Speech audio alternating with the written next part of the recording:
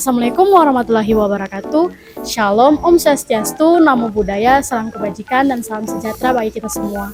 Halo guys, kembali lagi bersama saya Nurdia Kausaha dengan NPM 020424111143 dari kelas 1C Manajemen Universitas Hairun Ternate. Nah, di video sebelumnya saya udah ngebahas nih tentang laporan laba rugi di 3 perusahaan. Nah, di video kali ini saya akan menjelaskan sedikit materi tentang cara penyajian neraca. Tanpa berlama-lama langsung aja kita ke materinya. Nah teman-teman, kita harus tahu dulu nih apa itu neraca. Neraca adalah laporan keuangan yang menggambarkan posisi keuangan suatu entitas pada suatu waktu tertentu. Neraca menunjukkan hubungan antara aset, kewajiban, dan ekuitas. Nah, rumus dasar neraca tuh aset sama dengan liabilitas ditambah ekuitas. Nah teman-teman, komponen utama dalam neraca tuh ada aset. Aset itu merupakan sumber daya yang dimiliki perusahaan yang dibagi menjadi 2.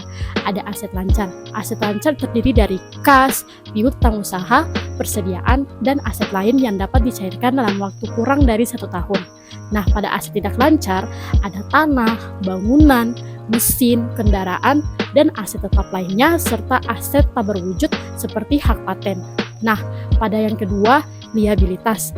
Liabilitas adalah kewajiban atau utang yang harus dibayar oleh perusahaan yang dibagi menjadi liabilitas jangka pendek, seperti utang usaha, utang pajak, dan kewajiban lainnya yang jatuh tempo dalam waktu kurang dari 1 tahun. Nah, yang kedua, liabilitas panjang.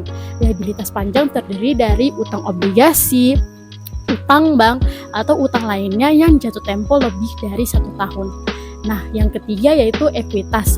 Ekuitas adalah hak residual pemilik atas aset perusahaan setelah dikurangi semua kewajiban. Komponen ekuitas meliputi modal disetor, laba ditahan, dan cadangan lain. Nah teman-teman, kita harus tahu dulu nih tujuan dari neraca.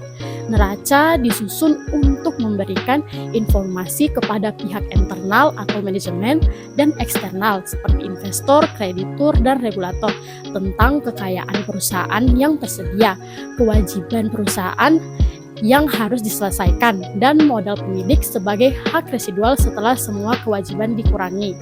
Nah, informasi dalam neraca membantu pengguna untuk menilai likuiditas, solvabilitas, dan struktur keuangan perusahaan.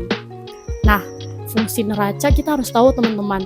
Fungsi neraca itu menilai likuiditas perusahaan, melihat kemampuan perusahaan untuk memenuhi kewajiban jangka pendek, menilai solvabilitas perusahaan, mengetahui kemampuan perusahaan membayar utang jangka panjang. Nah, pada dasar pengambilan keputusan, investor dan kreditur menggunakan neraca untuk mengevaluasi posisi keuangan perusahaan, mengetahui efisiensi pengelolaan aset, misalnya nih, berapa besar persediaan yang dibandingkan dengan total aset. Nah, kita langsung aja nih ke intinya, yaitu cara penyajian neraca. Yang pertama, format penyajian. Neraca itu dapat disajikan dalam 2 bentuk. Yang pertama ada format kontrol, dan yang dimana disajikan secara horizontal, dimana sisi kiri berisi aset dan sisi kanan berisi liabilitas serta ekuitas. Yang kedua yaitu format laporan. Format laporan disajikan secara vertikal, di mana aset, liabilitas, dan ekuitas ditampilkan secara berurutan. Nah, yang kedua ada pengelompokan akun. Akun-akun harus dikelompokkan berdasarkan likuiditas untuk aset atau jatuh tempo untuk liabilitas. Yang ketiga untuk urutan penyajian teman-teman. Aset disusun berdasarkan likuiditas dari yang paling mudah dicairkan hingga yang paling sulit. Nah, liabilitas disusun berdasarkan jatuh tempo dari yang paling pendek hingga yang paling panjang. Nah, yang ketiga ekuitas ditampilkan setelah liabilitas. Yang keempat ada tanggal penyajian. Neraca selalu disajikan pada tanggal tertentu, misalnya nih 31 Desember 2024, karena mencerminkan posisi keuangan pada saat tertentu. Nah, yang kelima nih teman-teman, ada kepatuhan dengan standar akuntansi. Penyajian neraca tuh harus sesuai dengan standar akuntansi yang berlaku seperti PSAK atau Pernyataan Standar Akuntansi Keuangan di Indonesia atau IFRS secara internasional.